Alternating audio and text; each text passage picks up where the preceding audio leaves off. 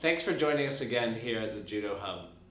On the wall today, we're going to have our second discussion about PCI requirements, but focus on from a developer's point of view what you should be doing to make sure that any data that you store that's sensitive, particularly around card data, is protected properly.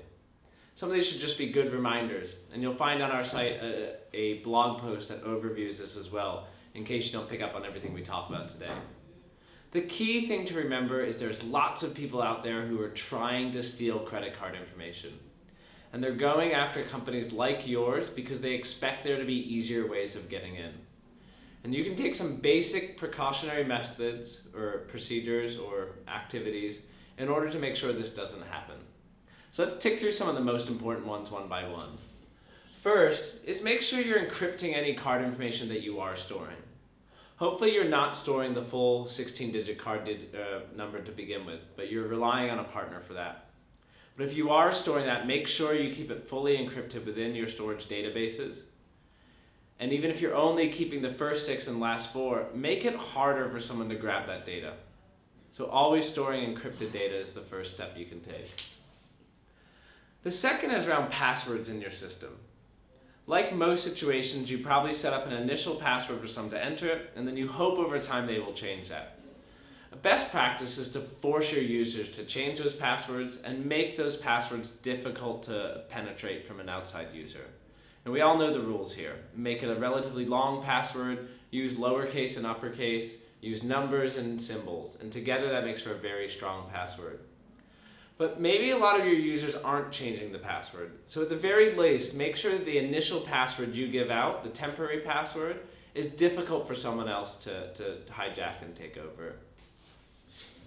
Third is ensuring that you maintain your systems and you clear out any unnecessary files. So in your servers, if you've got a bunch of applications that are running or are stored on there that you don't need, they're slowing down your processes and they open you up to vulnerabilities because you may not have installed the latest patch. So make sure every time you're putting on a new server or you're reviewing, you're getting rid of any systems or tools or programs that you're no longer using. Next is basic. Install a firewall. Whether it's a hardware firewall or a software firewall, it helps protect the system. And there's really no reason not to have it in place.